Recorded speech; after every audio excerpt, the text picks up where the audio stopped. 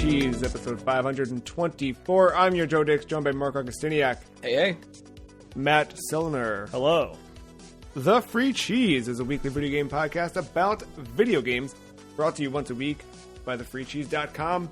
It's the final week of September. It is the last episode in our month of educational episodes, if you will.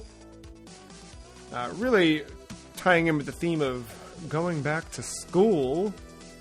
This episode, we're just going to cover educational video games, where they started, where they went, and where they are now. Before we jump into that, I want to hear, Mark, what is a game that you did not realize was an educational game when you originally played it? Or maybe one that was an educational game that you still don't understand what it was trying to teach you. That I didn't know. I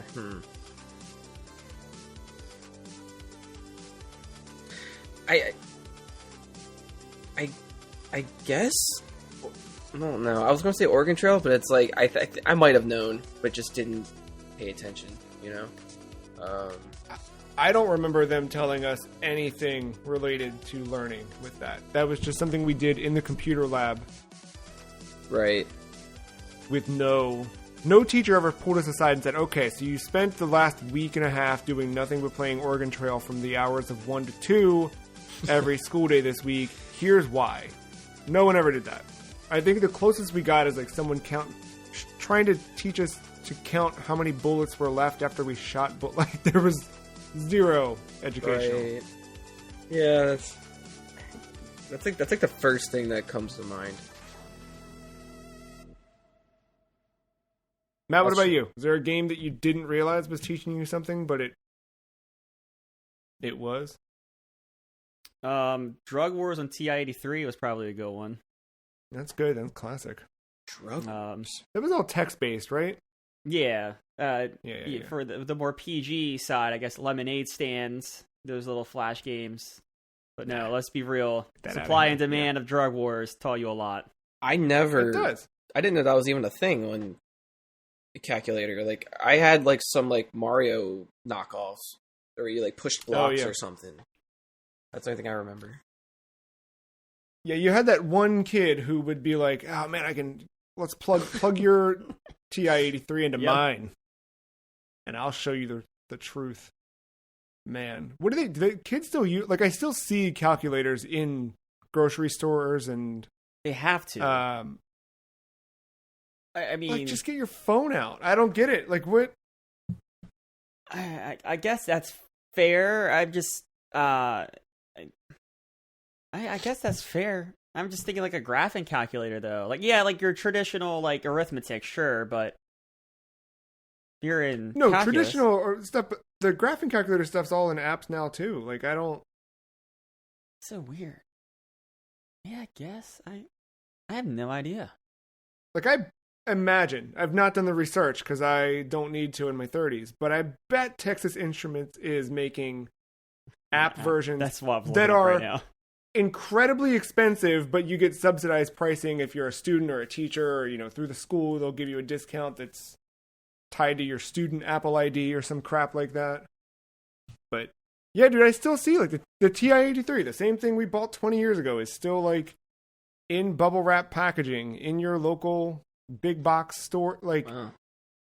Now they have one that's like white and orange colored like a creamsicle, but it's still the same thing. So they never moved on with the 80s, or like not in the 90s or the they 100s? No, they did, but they did even when we were in high school. Like, they had like the extra super versions that like the rich kids got, that they were like, my parents bought this because I'm going to college. It's okay, it turns into like a BlackBerry or something. Yeah, exactly. You can text someone in Excel. Texas Instruments has a BA2 Plus. Oh, it's a financial. I didn't even read the second line. It's a financial calculator, but that's like the only thing I think I see that they have. Does it have Snake? Bizarre. Yeah, well, I bet though, then that means they must still be making a good mint on those machines, right? They have something here called like Simple Link, though. I wonder if that is going back and forth to your calculator. Mm, that makes sense. Yeah, you do the calculations on the calculator, then it talks to your phone. You can go home and study those or cheat on the test. There's got to be a way to cheat on the test. Is really these are right? all very old, though, I think. Oh, no, that's from a Well, month ago. even back then, wasn't there something back then to the effect of like storing functions in your calculator, Yes, and your very teachers much would have good. to clear them out? Yes, Yeah. because for calculus, you actually put in the function so you can see Yeah. the parabola or whatever you were trying to make. Yes, I remember all It's this my favorite Rob yeah, Zombie they had song. to be cleared before the. Yeah. Well, we're going to go back before the days of graphing calculators and find out if video games can teach us. I'll ask that now. Can video games teach us? Yes. Absolutely. Are there examples of maybe not an educational game, but some sort of lesson you remember learning from a video game? Well, I mean, I guess it depends on the game too, right? Like, you can kind of, I mean, I feel like the first, with most people when they get into video games, I feel like it's usually the motor functions that you're learning first, right? Your eye-hand coordination and what have you. But then you have your simulators, you have your, even shooters can teach you. Like, yeah, that's fair. Minecraft is a very good example, I feel. That could teach so many things. Actually, it has become a course for teachers to use with their students too. It kind of has to, right? Because the kids wouldn't pay attention unless you had Minecraft in front of them. Fair, but that type of game, I love that it has like that system built to accommodate that. Yeah, because that has so many mechanics going on within that. Matt, what lesson do you remember learning from a video game? I think Mark kind of hit it on the head. The motor skills, that part of it. I don't know. I always think of like simulator-based games. Maybe not from back in my day, but now like Farming Simulator, something that gets a yearly release now. Like I'm sure there's something to be learned there. I don't know. I think I feel like you've learned how to drive better from stuff like Gran Turismo or the F1. Yes, actually, I have. I've noticed my gas mileage, my average miles per gallon has gone up.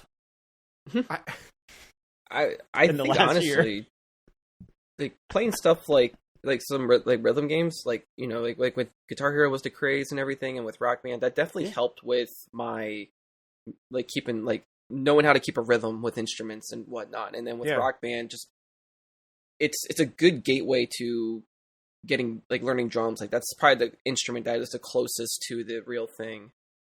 You get a good idea of. I think I've said this in passing with just various other whatever sports games get brought up, but like I learned like rules of sports and strategies of sports and like across the wavelengths. Like both playing and watching, and then like playing the actual video game version of it. You will learn stuff and strategies and things like that. Yeah, any fouls that would get called that like on TV they might just say what it is. Yeah. And, cut camera or cut to a commercial or something. Like, you're playing a game and they say, oh, this happened. And you're like, oh, that's because I did. Oh, okay, I get it now. You can kind of directly follow. This is a more broad one, but I feel like things like fighting games have taught me more patience. Okay. I've definitely, like, picked up more logic and strategic thinking skills based on, I don't know, a handful of different games over the years. But one early example that I do remember actually teaching me what they wanted us to be taught in schools was number munchers. Like, I actively remember learning what prime numbers were because of number munchers. You guys have any of those that you remember? Like, real school-based lessons that you learned from a video game, whether it was something you played in school or out? Nothing comes to mind. I mean, like I said, I know there was the aforementioned. I said like the lemonade stand stuff that we would play in the computer lab. One thing I remember, I don't remember the name of it or anything like that, but there was like this little flash It's a little Flash game that I think was hosted by like the public school system or whatever, and it was like I think it was like a platformer where like you took this email and you took it through all the levels to tell you how an email is sent, like what like goes into sending an email. Yeah, don't remember the name of it. I don't remember even if it was a platformer, but I remember kind of roughly playing that in middle school and getting a better sense of what goes into the internet more than anything. I remember learning how to bypass the school's firewall so we could play games on Newgrounds and stuff like that. Like that was definitely that was more middle and high school though, you know. Yeah. Admin passwords just Barber County Public Schools. Or some there was something very there was one of those that we did get by that was like, how were they not thinking of this? We're 13. Yeah, I remember when they first tried blocking social media, and kids would pass around a proxy website that you could go through instead, and just typing all the URLs that way. Learning proxy, and people were doing it with their PSPs as well. It was amazing. It's so good, dude. If you put up a wall, people will find a way around it. Like it's just human nature. There's one game that still stands out to me that I still don't understand how it was an educational game. And I want to talk about it, but I think maybe before we dive into that one, I kind of was looking through the history of educational video games in preparation for this. And I'm looking at what is defined as an educational game, and I've kind of realized that to me there's like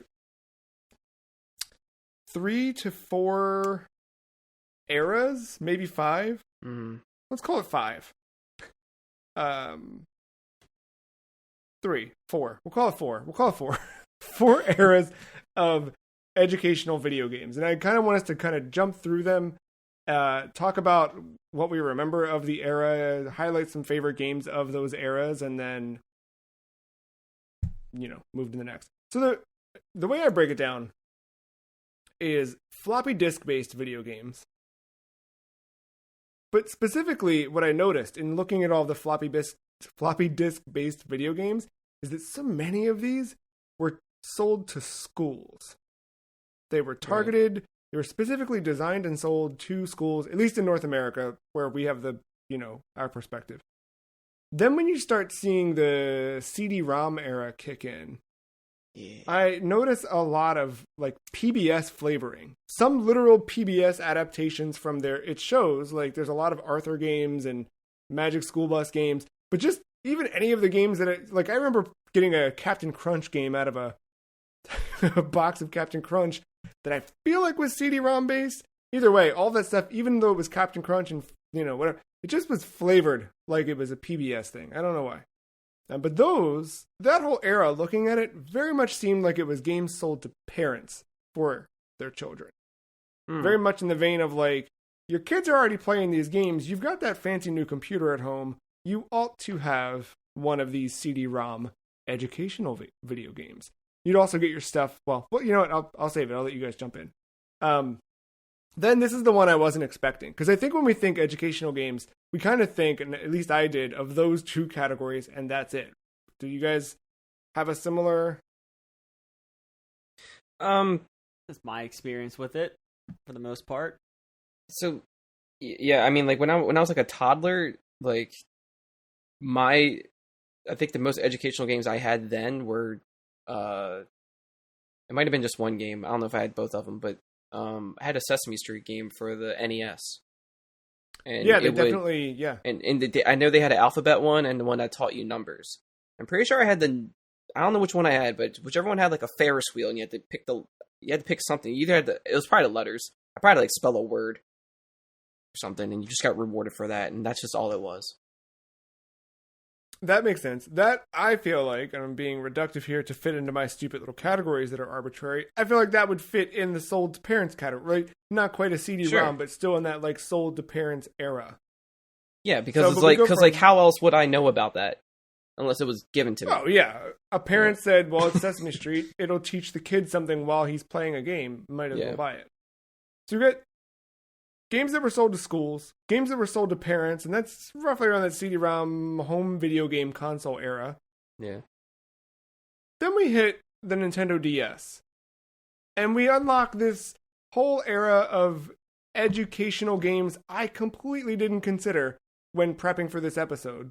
But the eruption of things like Brain Age, even Nintendogs, where it's more of a tutorial of how to take care of a dog, becomes this whole thing. And in this era, our video games, our educational video games, are sold now to everyone, right? We want everybody to buy these games. It doesn't matter how old, how young. This then branches into your stuff on Wii with Wii Fit, the kind of like games for everyone, teaching you things, teaching you skills. We have games for cooking. We'll have a couple of examples that stand out, but I think there's things kind of in between there and whatever, but those are the main three categories I found, was like sold to schools, sold to parents, and sold to everyone is kind of how I summed it up. The sold to everyone then kind of has like a 2.0 once we get the App Store, because now I feel like anything can be...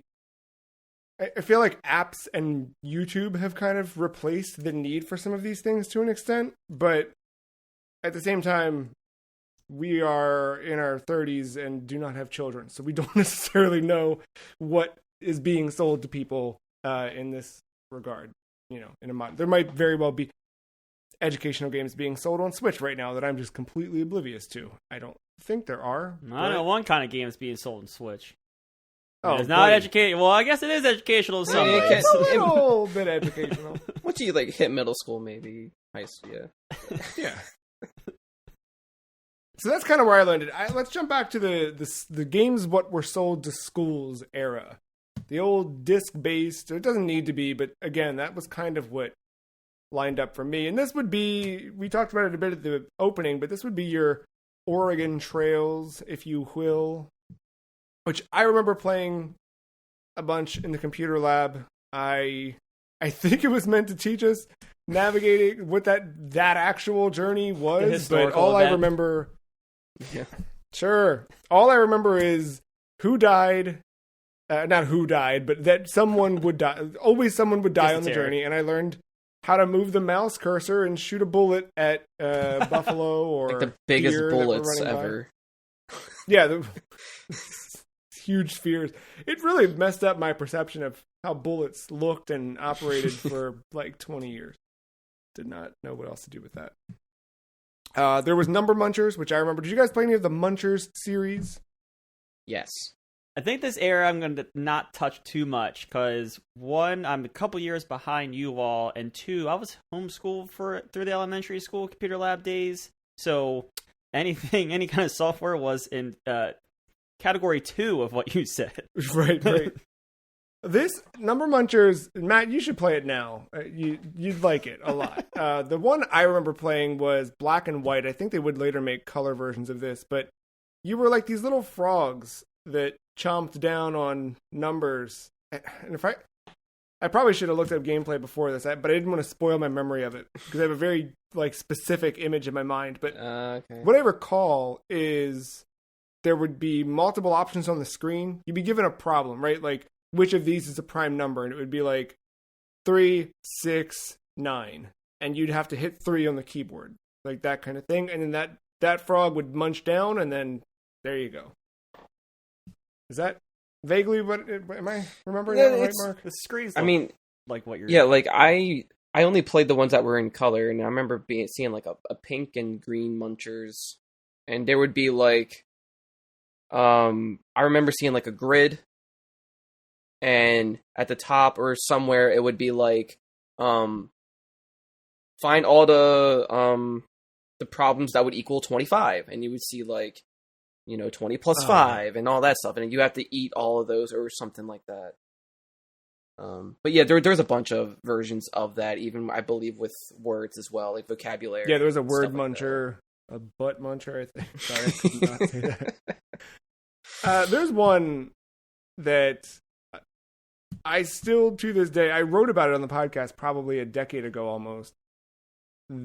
I don't know what at all this was trying to teach us. It was creepy. It was horrifying. It had weird baby characters. It had mini games that made no sense, that threatened death to the player. It was bizarre that this was sold in school, or I played this on the school computer and then didn't find it anywhere else until I was like 20. The Secret Island of Dr. Quandary. Are you familiar with this nightmare of a video game? I've heard of this game. I don't think I've ever played it. I never played it. I remember you talking about it, though, at some point on it's air. It's a nightmare. I don't know how else to describe it, dude. It's Did like Ben start playing this or something? I feel like this was talked about at some point. Yeah. For longtime listeners, our good friend Ben and I definitely bonded over playing this as children, because it's creepy. It's weird. It's one of those things that, like, you know, you've got those like little touchstones in your life that you look back now and you're like, oh, this shaped my taste in whatever. This was one of those where it was like, I don't know what I'm into, but I kind of wish I played it. But yeah, this is the type of stuff I want to be into, because this is weird.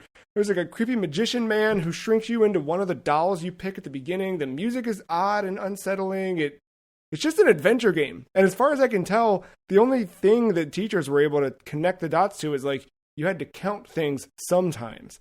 But otherwise, it's just like puzzle solving and things like that, which those are good skills to unlock. But as an educational game or an edutainment game, I see very little in that regard, especially when you compare it to something like Number Munchers. But then again, we also had the Oregon Trail and some sequels to the Oregon Trail, which, Mark, you are proudly presenting as your Discord background. Yeah, the Amazon Trail was probably my biggest core memory of all this. But funny enough, I couldn't tell you the education purpose of it exactly. I knew I guess I was like learning about the Amazon and that whole region, and I would think I personally, my favorite part was just going through like the different paths of the river, the Amazon River. I just liked going out, doing that. I like doing the fishing, because then, you know, because it was all like kind of like in any fishing game, mini game in video games, where it's like it's just like a little silhouette of like a obscure shape, and then you go to catch it, and then it tells you what kind of fish you got. And I was like, all right, cool. And then you can choose to look it up, and it'll give you more facts about that fish. When it came to talking with characters in that game, I had no idea. My brain was not ready to comprehend conversations with adults about bartering and trading and having supplies to survive and keep going. I just wanted to go down a river and fish. And that was like my favorite thing to do. I don't remember the fishing at all, but I can imagine it as you're describing it. But to your point, I remember vividly like choosing which direction to go down the river. Could you capsize the boat? I think you unintentionally? Could. I believe so. I think there was like a weight limit to everything as well, between like your equipment and your food and everything and all that, and like knowing when to rest and all that. I do know makes sense as a sequel to the Oregon Trail that you'd have capacity limits because the wheels would break in the Oregon Trail. I remember a jaguar in this game, or maybe a panther. Sorry, I'm terrible with cats. Yeah, then it would talk to you. Okay, was it also the icon for the game, like that you double click to start up? I can't remember that. I feel like I remember this very specific image of the panther just like growling at you. At least it talks to you in the very beginning, because your kid's sick ass bedroom who was obsessed with the Amazon with all these posters and everything's coming to life and popping out, and then the jaguar is like, "You need to come with me," and then you transport into the game. Did they take advantage of the best like cheetah, panther, whatever stock noise in the world, that row row row? I'm pretty sure they did. I hope. Yeah.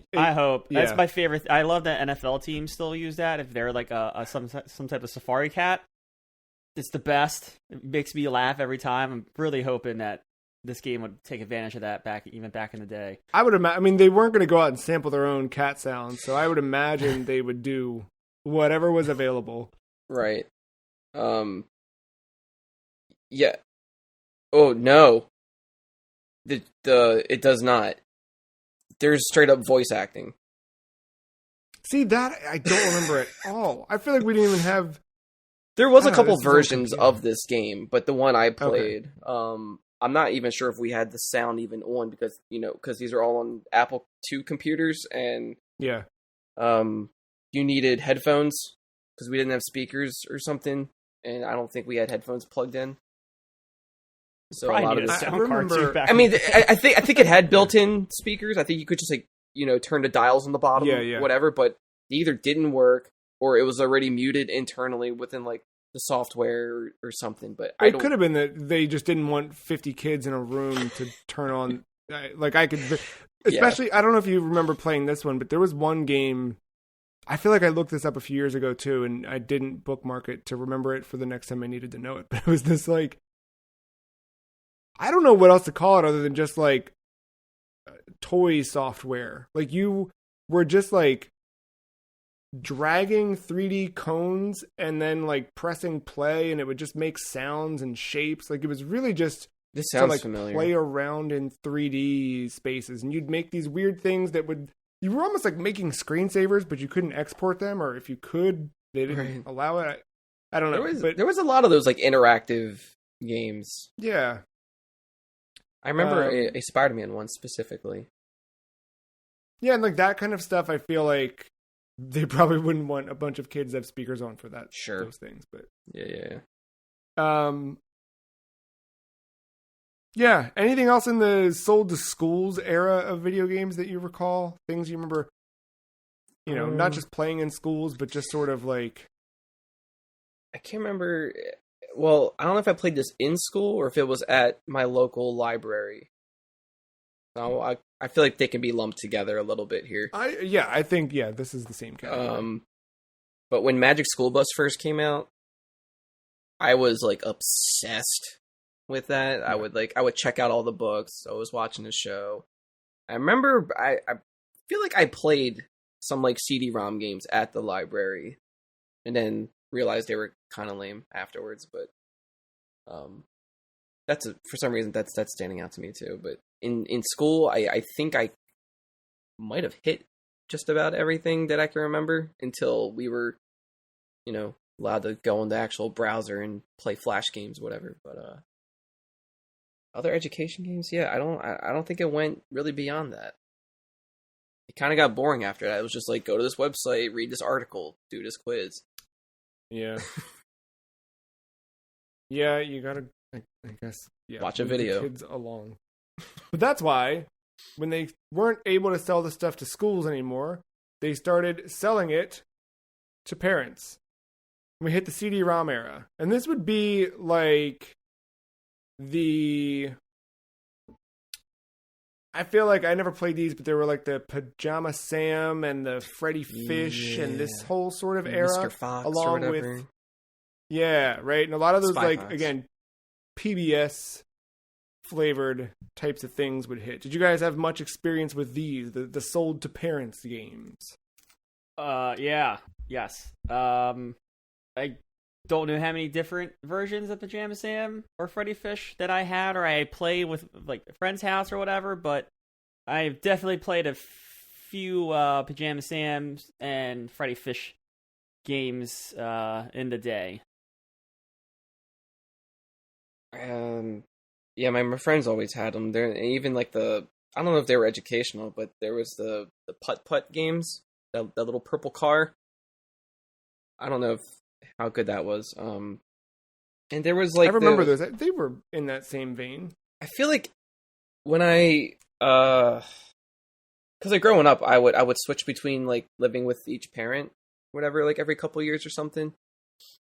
When I moved in with my mom one year, there was just these like she got a computer finally. Like America Online was dope, and there was just some CD-ROMs lying around. I don't know where they came from. I don't know if like one of my aunts had them and then they just like, gave them with the computer or something. But I remember seeing some like Jumpstart games, which I know are educational, and I think there was one that was called Number Blaster. It was like a green astronaut alien thing. Yes, he was cool. That game was fun as heck. I don't know if I played it, but I just remember just staring at the jewel case for it. I remember playing it, and I couldn't tell you at all what it played like, but yes, I fully remember that one. Or we only had the jewel case and not the disc. Like, I can't... Like, it was something weird, but yeah. Math Blaster. Yeah, it's called Math Blaster. Yeah. Yeah, I don't think that had like a weird, not to go all Zuma Deluxe on you, but that was like it had its own sort of Aztecian kind of vibe to it. It was, from what I remember, I could be. I mean, that's the one with the alien dude, but I don't know if he went through those like aesthetics or not. I couldn't tell you. I think it was mostly space, but I don't know. There's so many of them. Who knows? I definitely played a handful of those Jumpstart games because they did those by grade. So that's how they would get you. They would get you at K, and then cool. We're going to release all new ones each year, every 2 years or so, and get you along the way, your entire journey. Right. Did they help, do you think? No clue. Don't remember anything. Like, I don't even know which one. I'm sure they did. I had. I mean, they're all math-based things. I became a math-based person. Reaffirming things you're learning. You're able to take it to school. You remember the little fish jump, or whatever. Like, I'm sure it. Yeah, there's so many of those too. You have ones for languages. You have one for music. Yeah, they were big. They were big. Yeah. Now, I also had one of the Carmen Sandiego games in this era, which I don't remember which one I had. What I can tell you is when I heard "where" in the title and then a name of a character, I was very disappointed to find out that we were not just hanging out and trying to find her in a big image and then find her other six friends. Yeah, dude. I was like, not the same. That's pretty good. At all. Have you heard of that one for the NES that comes with a full-ass encyclopedia? No. You want to talk about education? I see the Konami logo. Yeah, like that's an intense, very intense educational game right there. Isn't it just like a dictionary or something on a cart or something? Isn't it something dumb on NES? I would love that. That's kind of hot. Well, because like the point of Carmen Sandiego was like you were learning about different cultures around the world. Oh, and then you find clues. Yeah, and then like so it came with a full encyclopedia to kind of help you with that to try to get they were really trying to keep the knowledge in your head there. I love that though. Like now, what are you gonna do? Links to Wikipedia page or something, or not? Right. You'd probably be linked to buy their textbook. Is what the. I never had Carmen Sandiego. I know that's a little off topic, but I used to get like these. It was like a magazine or a workbook thing. It was for each of the 50 states, and you had like solve a mystery in the 50 states. But as you were going through the puzzles, it was teaching you about the state. I think I know what you're talking about. Awesome! I remember loving highlights. Highlights would do a thing. That magazine, where you would be a detective, and you would get like a workbook and everything. I ordered some of these last year just to relive it.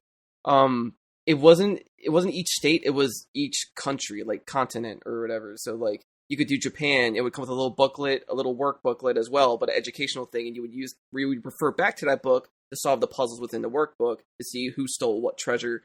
Because there was like 5 suspects to choose from, and as you're going through it, you're figuring out who actually stole whatever.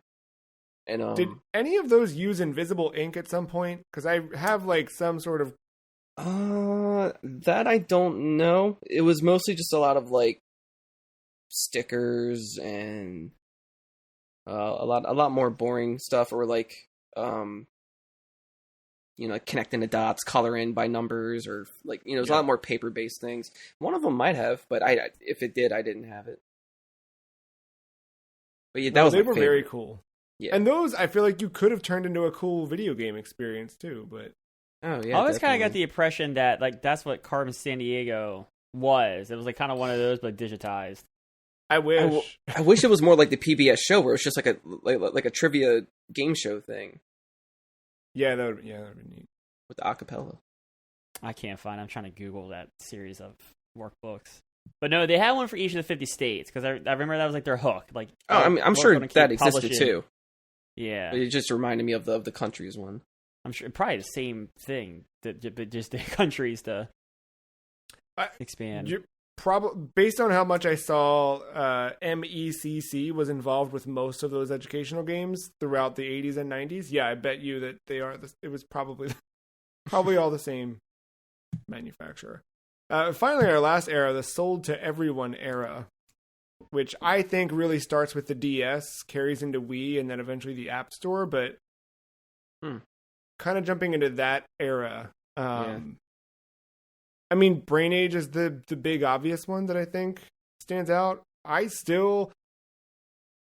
never been good about it. Now that I have a DSi, I've wanted to get good about it. But the problem is there's a couple of voice challenges with Brain Age that you need to do. And every time I remember I'm going to play Brain Age, it's like right before bed. So I'm lying in bed just like 2, blue, red, 6, 5. And you have to very much enunciate. And it just, I don't think it's a pleasant experience for anybody around me. So I always fall off of like my consistency with that. Because it'll pop up and it'll be like, are you in a space where you can talk freely? And I'll say no. And he'd be like, all right, I guess try again tomorrow. I'm like, wait, no, I think they'd fix that in Brain Age too, but yeah. It's just like close the DS and go somewhere. Yeah, go do something else, fool. Instead of just giving you puzzles that you can do with touch. Yeah. But those I think were big, and, you know, they were the first thing I remember making me think about. Because, granted, timeline-wise, right? Like, we grew up with stuff like these, the education disguised as games, rather, and then the things that we're kind of like buying and bringing home with us that are games, but still, it's all of that stuff. By the time we hit the DS, I'm out of school, right? Like, all this other stuff is happening while I'm still actively, I mean, I was in college when the DS came out, but like, as a student, like, you're kind of like, your only responsibility is to just keep learning and then learn more and then get to the next stage when you learn more. Like, that's it when you're a kid and you're whatever. By the time the Brain Age games comes out, there's so many other things happening that learning is just an element of who you are at that point, right? Like, yes, you're still a student, but, you know, and I think even now, like, I'm always trying to learn new things constantly, but like the DS was the first thing that like quantified learning for me in a way. Like, obviously there were those like tangibles like graduating and having a diploma or whatever, or you'd get a score on your grades or tests, whatever. Whether those were those big, you know, you know what your SAT score was, right? So you know you can quantify it in that way. But like at a certain point, those things stopped mattering, where your Brain Age matters forever, right? Like even now, like the last time I opened it up and I was like looking at my Brain Age, I was like, or the first time I jumped into it in earnest, I was like, oh, cool, I'm 26. And then I like did it a day after and it was like, you're 52. And I was like, yep, sure. Yeah, there was like a huge like expanse with puzzle games on the DS. Like, you had your crosswords, you had your Sudokus, you had all sorts of puzzle games. And I would even say I would rope this in with it a little bit. I remember when I worked at GameStop, a lot of adults would come in and would specifically want any of the they were basically like I Spy, but for the DS. But they were just like more like, I guess there was a kind of a narrative to it, but it was just all about just finding items. Yeah, the hidden object games. Hidden object, thank you. I couldn't even think of the word. There was a bunch of those. Parents wanted them for their kids or themselves? Sorry. For themselves. They were like obsessed with them. And then I think the best example where it's not really an educational game, but it is kind of one in disguise, the Professor Layton series. Oh, yeah. Because the way you have to solve those puzzles and riddles and everything, it's like, it makes you want to bash your head against the wall with some of them, but you do end up learning a lot of things you wouldn't expect to learn. And they feel like school questions. No, I never played a lot of those, but I wonder if they were born out of a need, like seeing the response to things like Brain Age and the capability of the DS and the fact that everybody had a DS. So yeah, I can fully see that. You reminded me, I have somewhere with DS some of these hidden object things. It's called like Witch and something. There's a bunch. Yeah, there's so many little. Even on I've seen recently, like even on Steam, I think they've either ported or they just kept going, just releasing them on there. It's insane. Yeah, they became very popular. I remember having a lot of those on our home computer. Just like, yeah, essentially I Spy things, but you're just like finding whatever and you're giving these little clues. It's like you're solving a physical crossword puzzle or something. And you go, Hidden Mysteries, Vampire Secrets. Hidden Mysteries. Brought to you by Game Mill Entertainment, which, Game Mill has done a lot of kind of shovelware stuff for basically, yeah.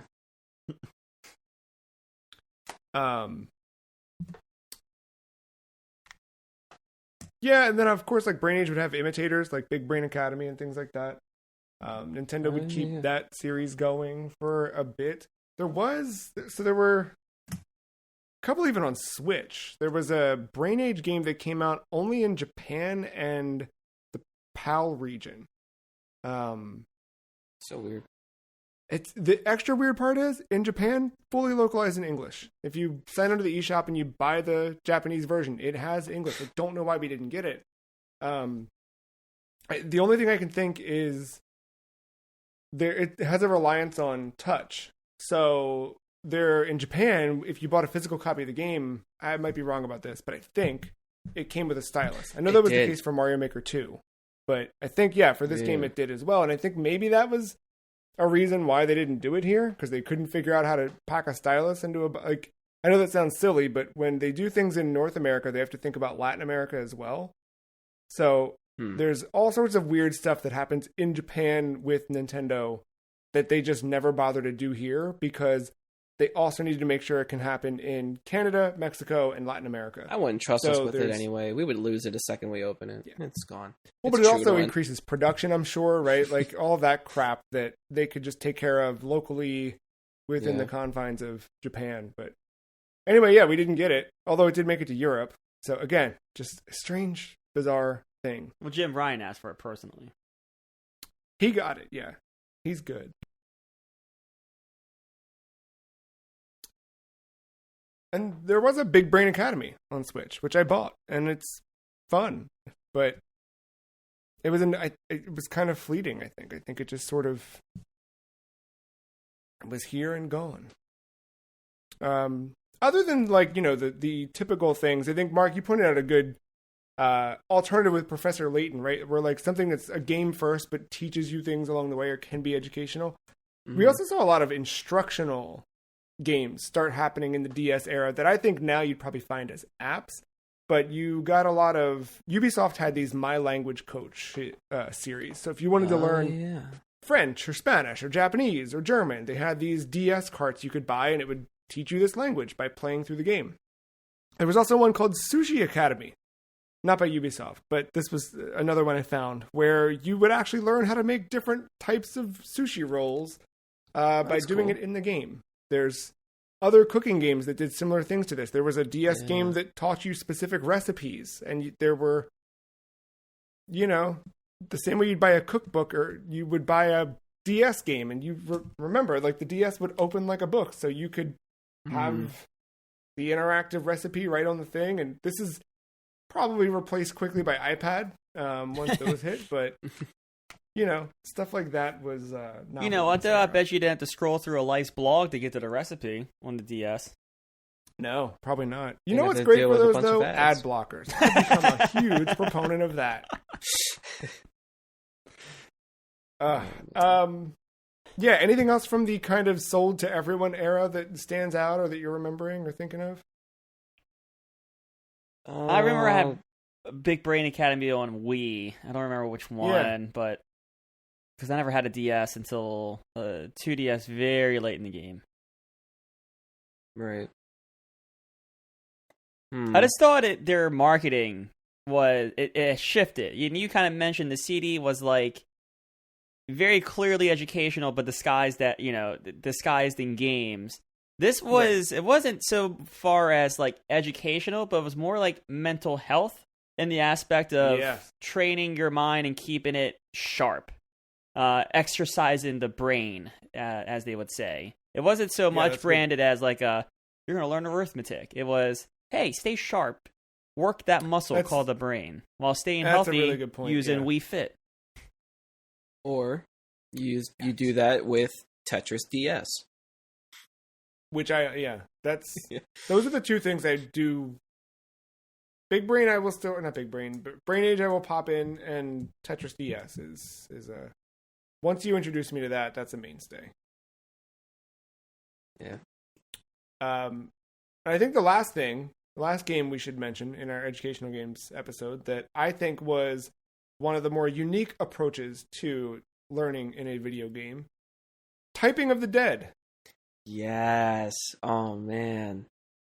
Or its sequel, English of the Dead, which was the Japanese-only DS release that taught English to Japanese players.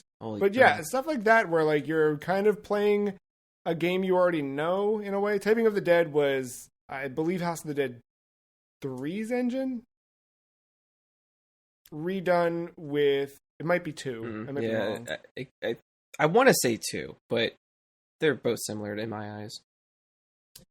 Maybe English of the Dead is 3 and Typing of the Dead is 2. I can't. Yeah, something like that. But you play through basically one of those games, but instead of shooting to kill zombies, you have to type the word on screen. Matt's holding up a victory sign, which I believe means House of the Dead 2. Are there any other ones like that you think of that are like? I know they had Mario Teaches Typing, but I never played it. Yeah, sure. And Mavis Beacon teaches typing, of course. Yeah. I don't know if it was really educational, just more like an interactive thing, but I had Mario Paint. And like that. That came with a mouse, a bad mouse, kind of, and a rough mouse pad. Has anyone converted one of those mice to work on a computer via USB? Because I hope so. Yeah, I mean, even though like the thing was so odd, I think it's odd now to go back to it, but at the time I loved it. Yeah, I'm not sure about. Like, for some reason, yeah, like I'm still thinking of stuff that's like similar to like Professor Layton now. That's like kind of where my head is at. So like the nonary games, like not exactly educational. There are puzzles and stuff in there. Making me think. I mean, there's that, but then like there's also the educational part of philosophy, I guess, if you want to count that. There's a lot of theories that are thrown around. There's a lot of themes around that sort of thing where they get very heavy with like ESP and telepathy and stuff like that, and like time travel and whatever, like all that like pseudoscience stuff. I don't know if it's really educational, but it's interesting. So I think you see educational elements in a lot of like walk-in simulators. I hate using that genre phrase, or like visual novels and stuff. Yeah, like there's a lot of critical thinking and kind of like how do you use all the tools and remembering you have those tools at your disposal and things like that. That I think keep the brain sharp, much like a Brain Age does on a very simple level. And I don't think we should ignore dating sims because they were made with the purpose of developing social skills. Yeah, that's true. I mean, a lot of it's for entertainment, but I believe that was the intention at first. So in closing, do you think that's where we're at now? Do you think that we're more in sort of, we learn different things from wider genres of games and these kind of specific education-focused games are gone? I think there's still room for both. I think it all depends on your preference and your approach. But I think it's definitely more so the latter, where it's like, it's kind of like an all around, like, it is a game first and foremost, and you just happen to learn and take things from it secondary, which isn't bad. I honestly don't know, because I don't know how games are marketed anymore. Like, I don't know what's happening in the world of Roblox or Fortnite or anything like that.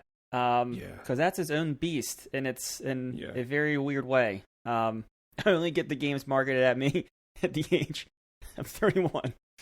No, well, that's true. And I didn't even realize that like Minecraft was being used in schools to that extent. Yeah. So that's a good point. Like, who knows what kind of stuff is out there. Like, I mean, like, you can teach so much in Minecraft. It's ridiculous. You can even teach code. But what was I to say? I mean, I'm pretty sure Leapfrog still exists. Yeah, I will say, like, as I was digging into things, there were a lot of those types of things popping up. But well, that's been our look at educational games, at least through our lens. Thanks for hanging out with us this week. And thanks for hanging out with us this month as we draw things to a close. Next month, we're going to kick off a month full of horrific video games. Terrifying?